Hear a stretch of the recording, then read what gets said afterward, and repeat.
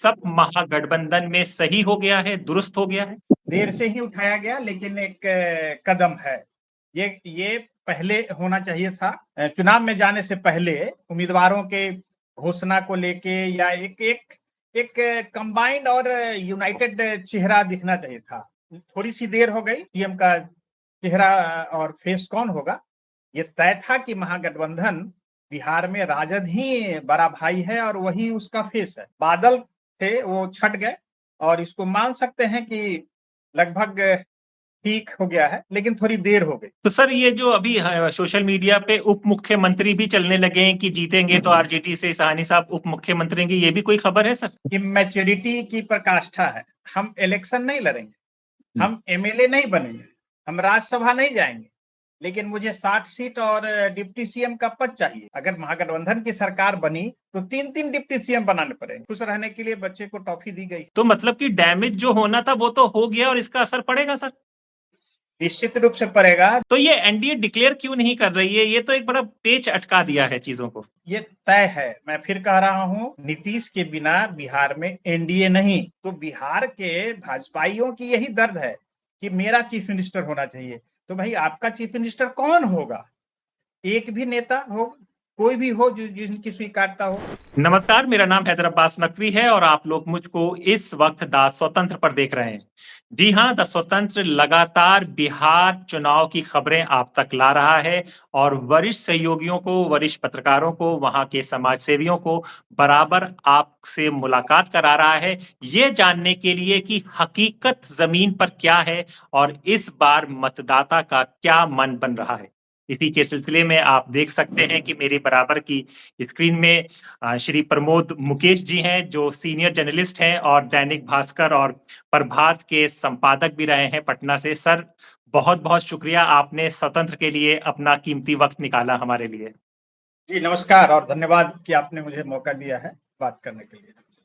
Sir, आप जमीन पर रहे हैं, इतने साल आप बिहार में पत्रकारिता की है, अभी जो प्रेस कॉन्फ्रेंस हुई है तो इससे समझे क्या जनता की सब महागठबंधन में सही हो गया है, दुरुस्त हो गया है? नहीं, ये एक शुरुआत कह सकते हैं कि ये शुरू ठीक होने की दिशा में देर से ही उठाया गया, लेकिन एक कदम है। ये पहले होना चाहिए था, क्योंकि जिस ढंग से वोटर अधिकार यात्रा के समय महागठबंधन में एक एकता और परसेप्शन बना था कि महागठबंधन एक एकजुट होकर एसआईआर के मामले पे, जिस ढंग से चट्टानी एकता उन लोगों में थी, कम से कम चुनाव के, मैंने मतदाताओं के चुनाव में जाने से पहले उम्मीदवारों के घोषणा को लेके या एक एक एक कंबाइंड और यूनाइटेड चेहरा दिखना चाहिए था। थोड़ी सी देर हो गई, क्योंकि महागठबंधन में टिकटों को लेके जिस ढंग से रस्साकसी हुई, 12 सीटों पे फ्रेंडली फाइट की नौबत आ गई।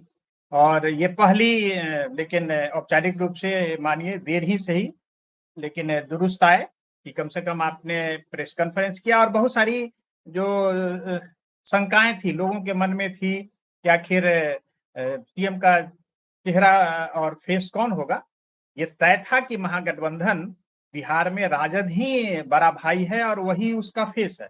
2020 के इलेक्शन में तो यही नीतीश, ये तेजस्वी के नेतृत्व में ही पूरा महागठबंधन ने इलेक्शन भी लड़ा था। लेकिन औपचारिक घोषणा होने से ये कम से कम जो बादल थे वो छट गए, और इसको मान सकते हैं कि लगभग ठीक हो गया है, लेकिन थोड़ी देर हो गई।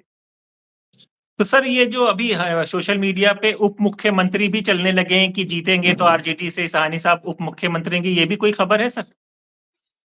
देखिए, ये है मैं इमेच्योरिटी की प्रकाष्ठा है।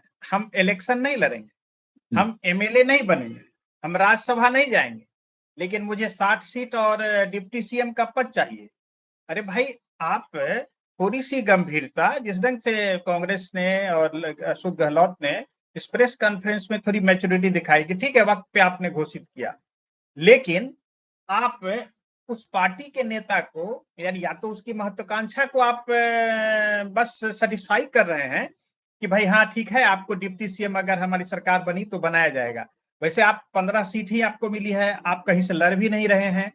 लेकिन कांग्रेस जैसी पार्टी, अगर मुकेश सहनी अगर डिप्टी सीएम के दावेदार और उनकी घोषणा हो गई, तो कांग्रेस तो स्वतः दावेदार डिप्टी सीएम पद पे। माले और जो वामदल हैं उनकी जो सफलता 2020 में इतनी अच्छी थी, तो स्वतः आखिर अगर महागठबंधन की सरकार बनी तो 3-3 डिप्टी सीएम बनाने पड़ेंगे, एक वाम से भी होगा, एक कांग्रेस से भी होगा। ठीक है, मुकेश सहनी, क्योंकि महागठबंधन नहीं चाहता कि मुकेश सहनी को एक तो सीट कम दी गई, उनकी नाराजगी बढ़े और कुछ भी डैमेज हो जाए, इसलिए ये बस खुश रहने के लिए बच्चे को टॉफी दी गई है। सर, एक ये भी चर्चा चल रही है कि जब ये ऐलान ही करना था तेजस्वी का, तो राहुल गांधी के साथ जो संयुक्त प्रेस कॉन्फ्रेंस हुई थी उस पर राहुल गांधी बोल देते, फिर इतना सब कुछ हुआ, गहलोत जी आए हैं, फिर प्रेस कॉन्फ्रेंस, फिर वही ऐलान हुआ। तो मतलब कि डैमेज जो होना था वो तो हो गया और इसका असर पड़ेगा सर?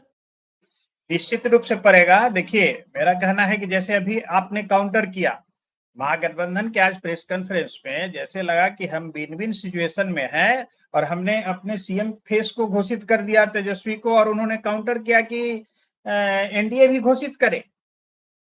आखिर अगर एनडीए की ओर से भी अगर खुलेआम, आखिर ऐसी माने क्लाउड, जो सस्पिशन का जो क्लाउड है, वो क्यों हो जाता है कि आप कहते हैं कि विधायक दल की बैठक में नेता ही तय करेंगे। अरे आप साफ कह सकते हैं कि नीतीश कुमार ही हमारे, उनका नेतृत्व है, लेकिन उनका सीएम, वही सीएम भी बनेंगे। इसको बोलने में अगर आप नहीं बोलते हैं तो लोगों को 50 सवाल सामने आते हैं।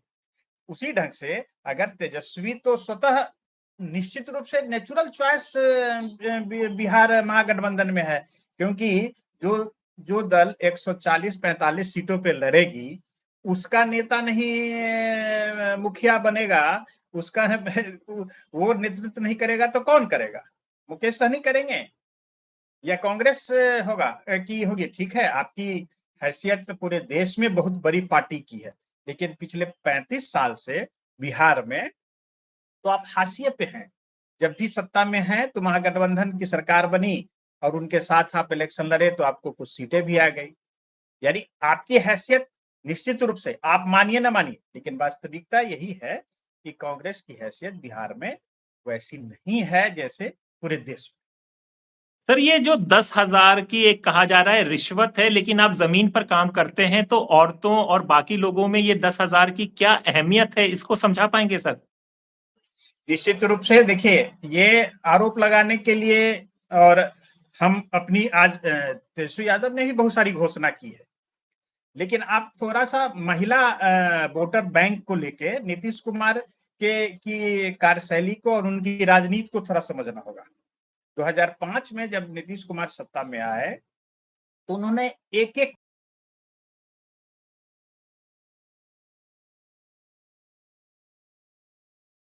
महिला सशक्तिकरण की ओर, उन्होंने 2006 में पंचायतों में आरक्षण की व्यवस्था की, महिलाओं के आरक्षण की व्यवस्था।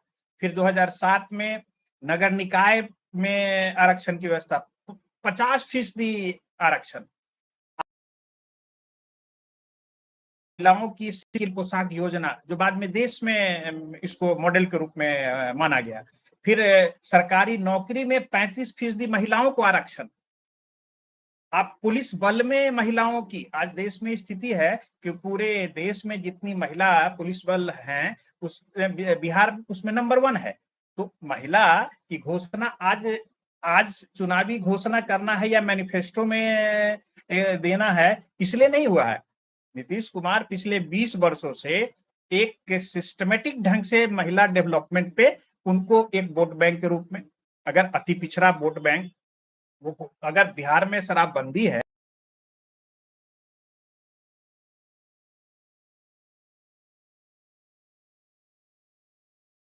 इस जीविका दीदी को लेके तेजस्वी यादव घोषणा कर रहे हैं, तो जीविका दीदी की और जीविका की परिकल्पना 2006 में नीतीश कुमार का ब्रेन चाइल्ड है, जबकि उन्होंने विश्व बैंक से कर्ज लेके और एक योजना बनाई। आज 1,40,00,000 जीविका दीदी और सेल्फ हेल्प ग्रुप है, और माना जाता है कि वो उनके वोट मोबिलाइजर, सरकार की बहुत सारी योजनाओं को जमीनी स्तर पे ले जाने का काम। तो इसी को तो काउंटर करने के लिए तेजस्वी को भी आज जीविका दीदी की याद आई है कि हम इनकी नौकरी को परमानेंट करेंगे। इनके जो मोटिवेटर हैं, मोबिलाइजर, कम्युनिटी मोबिलाइजर, जिसको सीएम के रूप में लोग बोलता है, उसको हम परमानेंट करेंगे। उनको 10,000 रुपया का मानदेय मिलता है, उनको हम 30,000 करेंगे। तो नीतीश कुमार महिलाओं के सशक्तिकरण को लेके पहले से है। हाँ, एक गेम चेंजर के रूप में ये जो 10,000 वाली योजना है, जो मुख्यमंत्री महिला रोजगार योजना, इसको जीविका से ही जोड़ा, सेल्फ हेल्प ग्रुप से जोड़ा। इसकी बड़ी ये है कि जो लोग की भी इनकम टैक्स पेई हैं, वो इसके ये नहीं इसका लाभ ले सकते हैं। यानी टारगेट कौन है? टारगेट वो है जो गरीब है, वंचित है, जो जिसको नीड है, जो जिसको 10,000 ही सहायता हो, लेकिन आज 10,000 की सहायता मिलती है और आप छोटे छोटे कोई रोजगार भी करते हैं, तो 6 महीना बाद आपको हो सकता है 2 लाख रुपए की सहायता दी जा सकती है। तो ये निश्चित रूप से। और आज जानिए, महिला वोटर अगर 3 करोड़ से ऊपर हैं, उसमें 1,21,00,000 महिलाओं के खाते में 10,000 रुपए चले गए। 26 सितंबर को इसको मुख्यमंत्री और प्रधानमंत्री ने ज्वाइंटली लॉन्च किया।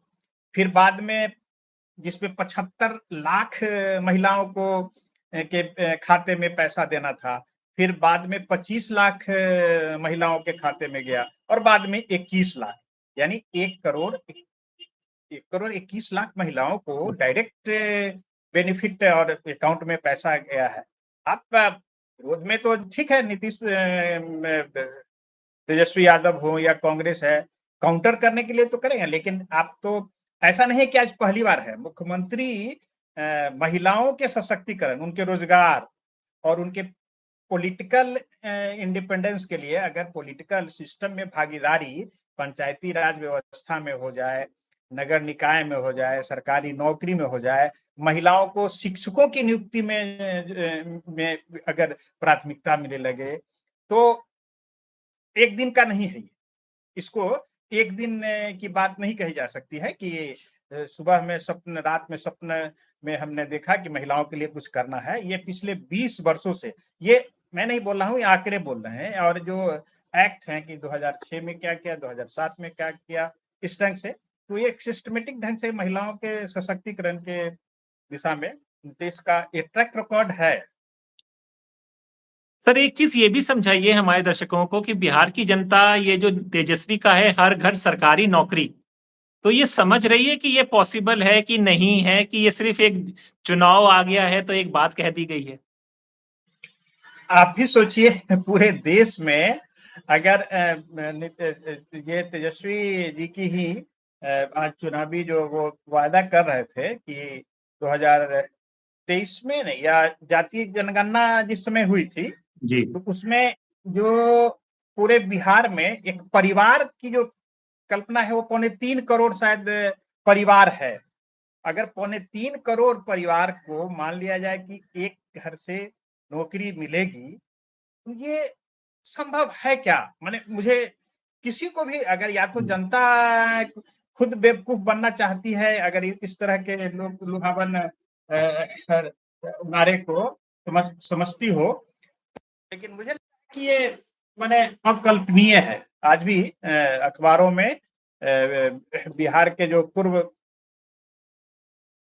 वित्त सचिव और काफी नामी ब्यूरोक्रेट हैं, विजय शंकर दुबे, उनका ही है कि अकल्पनीय दपोरसंखी शब्द में कि ये घोषणा है, संभव ही नहीं है। पूरे देश में जितने सरकारी नौकरी नहीं होंगे, आप कह रहे हैं। हाँ, थोड़ा सा उसमें तेजस्वी ने ये जरूर कहा है कि जिन घरों में सरकारी नौकरी कोई नहीं कर रहा हो। देखिए, कोई ये जो आप LIC की पॉलिसी या कोई पॉलिसी लेते हैं, तो जो उसमें है, जो बाद में जब आप उनको रोकेंगे कि आपने तो वादा किया था, तो कह रहे मैंने तो कहा था जिन घरों में सरकारी नौकरी नहीं है।